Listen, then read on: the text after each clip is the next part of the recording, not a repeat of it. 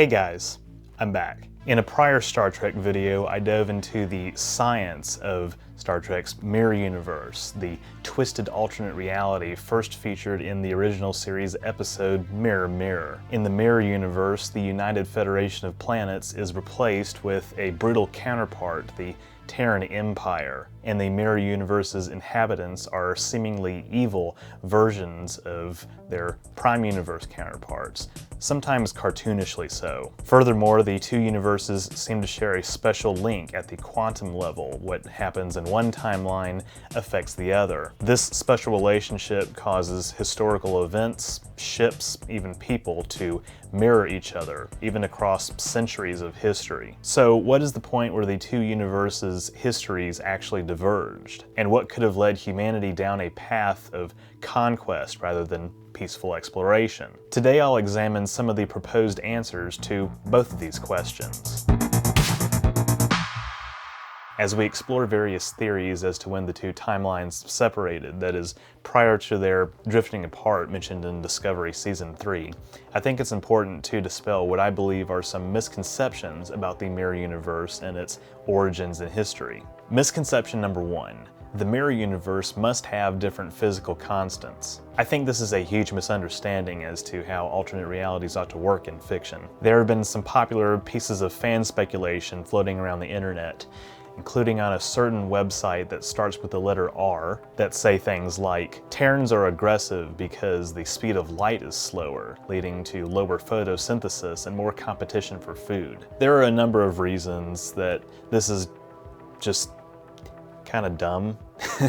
Firstly, changing the speed of light or any other physical constant would cause everything we know about the universe to just completely unravel. The nuclear binding energy that gives rise to fusion inside stars, the absorption of wavelengths on the electromagnetic spectrum. Now, Michael Burnham does make a big to-do in Discovery about the light feeling different in the mirror universe.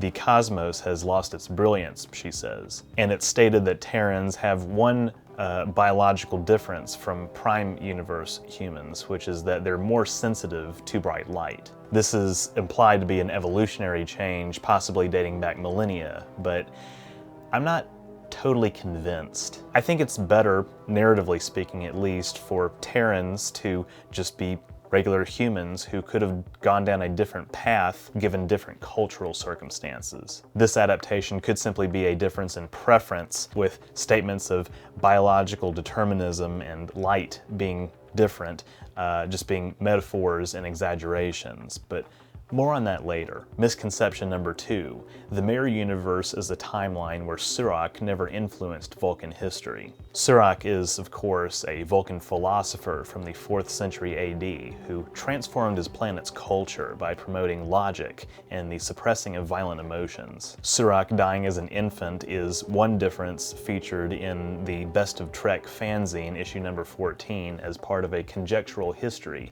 of the mirror universe, along with the augments winning the Eugenics Wars, which I'll talk about in a little bit. There's only one problem with this whole Surak dying thing. Mirror Vulcans on multiple occasions still frequently make references to logic and, for the most part, suppress their emotions. So, unfortunately, this one is just not correct. Misconception number 3. The mirror universe Bajorans were never visited by the prophets. The reason this misconception is thrown around is that because in the mirror universe episodes of Deep Space Nine, the Bajorans that we see are quite secular compared to their prime universe counterparts. This has raised questions as to whether the prophets even intervened at all in Bajoran history on the other side, or whether the orbs of Bajor even exist. But as Ronald D. Moore commented in a 1997 AOL chat, quote, "The intention was that there were orbs on the other side, but they had been lost or destroyed or something, and they had passed into legend for the Bajorans." Mirror Garrick also makes a reference to Pa, the spiritual force inherent in all sentient life according to the Bajoran religion. And while the Bajoran wormhole hasn't been discovered in the mirror universe, as far as we know, it's almost certain, in my view, that the prophets still inhabit it. Also, we shouldn't really discount the possibility that the Bajorans became secular as a result of joining the Klingon-Cardassian alliance, as both of those species are explicitly atheistic. Speaking of religion, misconception number 4. Terrans must have never had the Abrahamic Faiths to shape their civilization.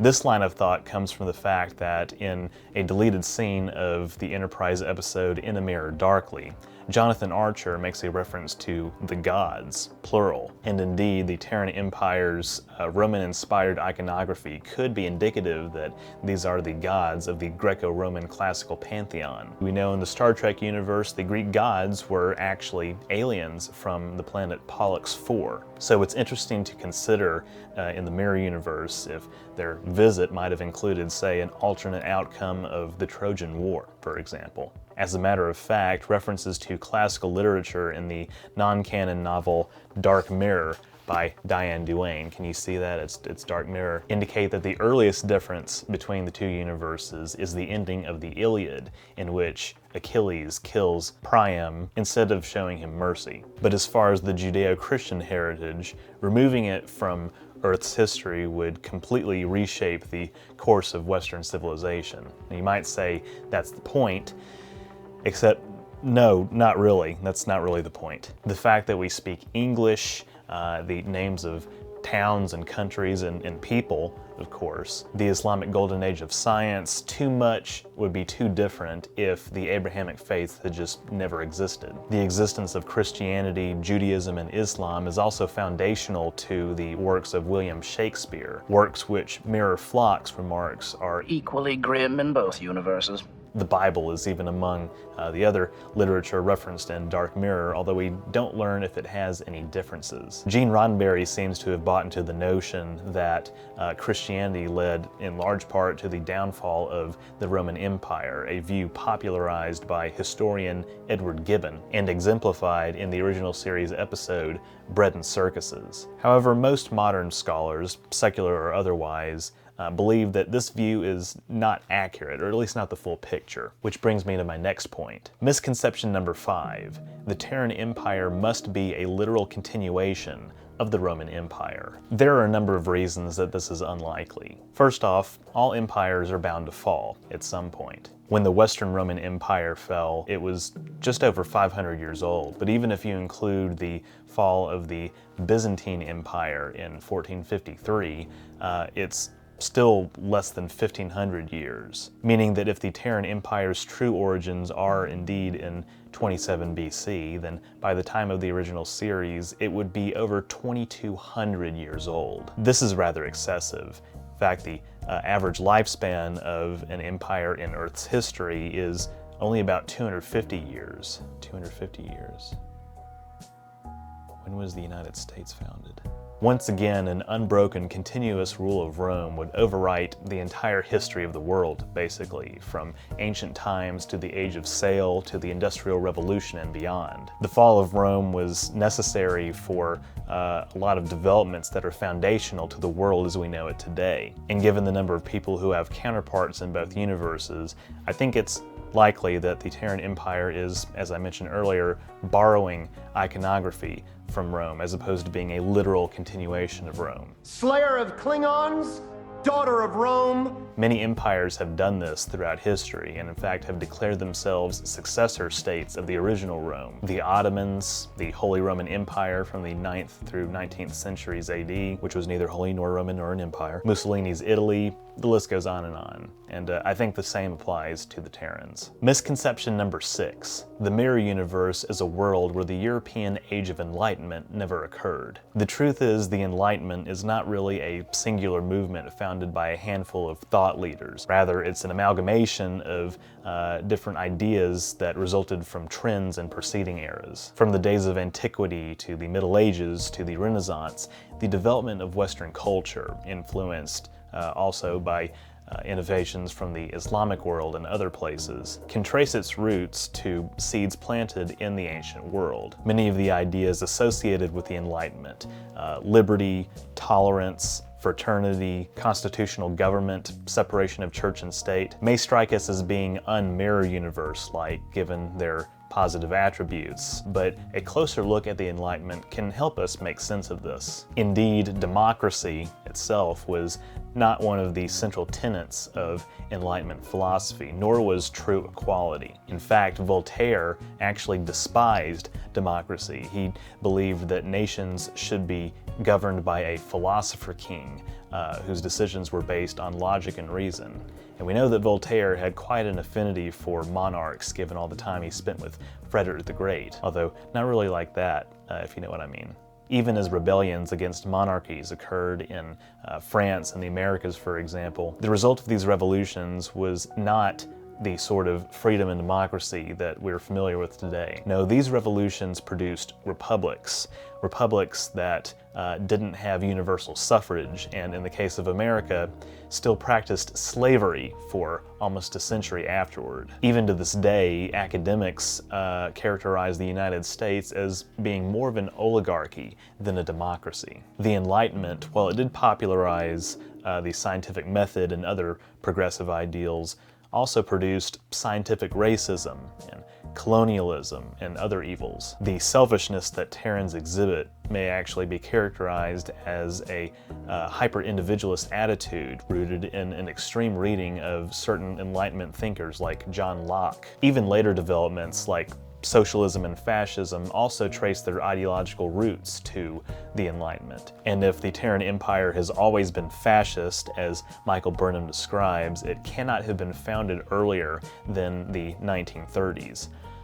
Speaking of fascism, misconception number 7, the mirror universe is a world where the Axis powers won World War II. There's really nothing to support this, honestly. The gist of this argument is that because the Terran Empire is fascist, it must be descended from a known fascist regime in real-world history, like Nazi Germany. Again, the problem with this is that in a Nazi victory scenario, there would be too many changes to global society that wouldn't even really mimic what we see in the mirror universe. Not to mention that, the Nazis wanted to exterminate lots of non-Aryans. No one's speaking German, and don't make any witty comments about the universal translator. Some speculate that the mirror universe might actually be a timeline where Edith Keeler, the 1930s pacifist we meet in The City on the Edge of Forever, lived. In that episode, we see that if Keeler isn't killed in a car accident at a particular juncture in history, that she will go on to found a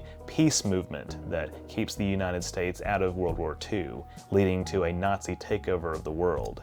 A grand demonstration of the moral imperative that fighting the Nazis entailed. But The City on the Edge of Forever already shows us the timeline where this happened, and in it, Starfleet just doesn't exist. Plus, even if it's a man in the high castle situation, the Nazis didn't hold on to power forever in that scenario either. Misconception number 8. The mirror universe is a world where Khan and the Augments won the Eugenics Wars. I'm including this one not so much because I don't think it could be true, but because there's a misconception that if Khan and the Augments won the Eugenics Wars, that everybody on Earth would become augments. This is just not true. And in fact, we've seen Terrans and Prime Universe humans fight. It's a relatively equal match, so I don't think that they are enhanced in any kind of way. Even if the augments did win the Eugenics Wars, really what that would entail is that they would have shaken up Earth's political scene, which is something that happened to a limited extent in the Prime Universe anyway. For more on this, see my video about Khan's Empire. It's also possible that the Eugenics Wars just didn't happen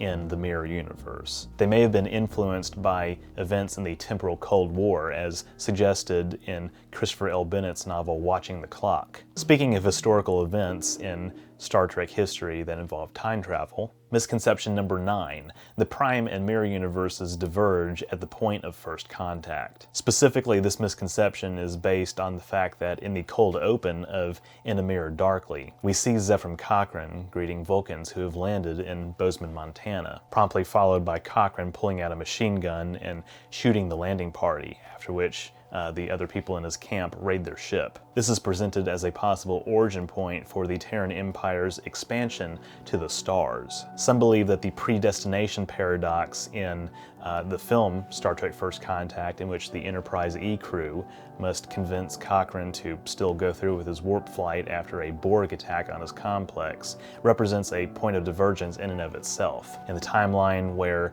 the Borg and the Enterprise didn't go back in time, the theory goes, a war-weary humanity would be more predisposed to act in a xenophobic manner towards any aliens landing on Earth, and our worst impulses would have taken over. The problem with this theory is that I don't like it.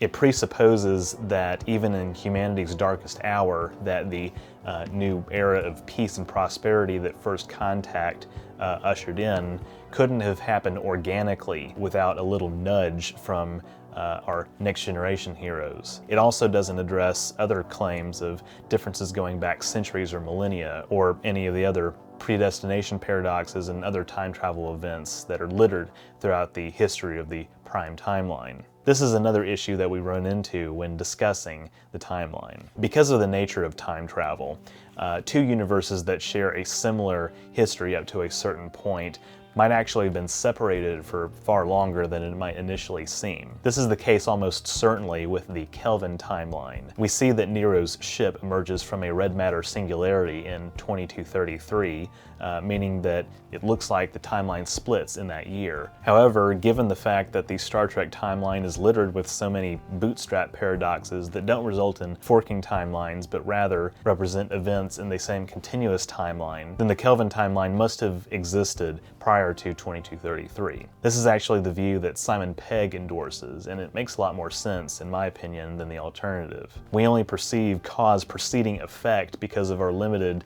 three-dimensional thinking. This even leaves room for a potential Kelvin timeline mission to save the humpback whales.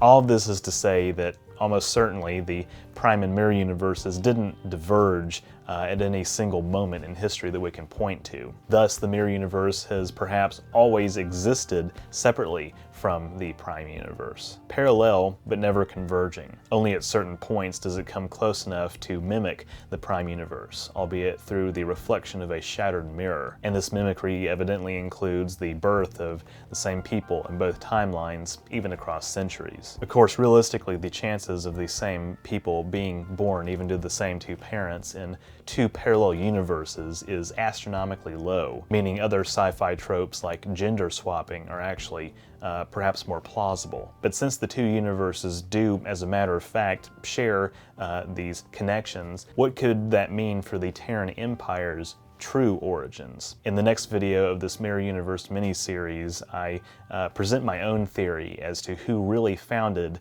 the Terran Empire. Thank you all so much for watching. I hope you enjoyed this video. I know I presented a lot of information and made a lot of claims as well, so I'm really interested to hear your thoughts in the comments below. If you enjoyed this video, be sure to leave a thumbs up down below and don't forget to share it. That stuff really helps me out. If you haven't subscribed yet, be sure to do that as well so you won't miss future uploads, and click the bell icon to receive all notifications. If you want to support the channel even further, you can become a patron or a member. Links to those are in the description, as well as my social media and merch store. That's all I have for this week. Long live the Empire. No, I can't do that. I can't do that. Live long and prosper.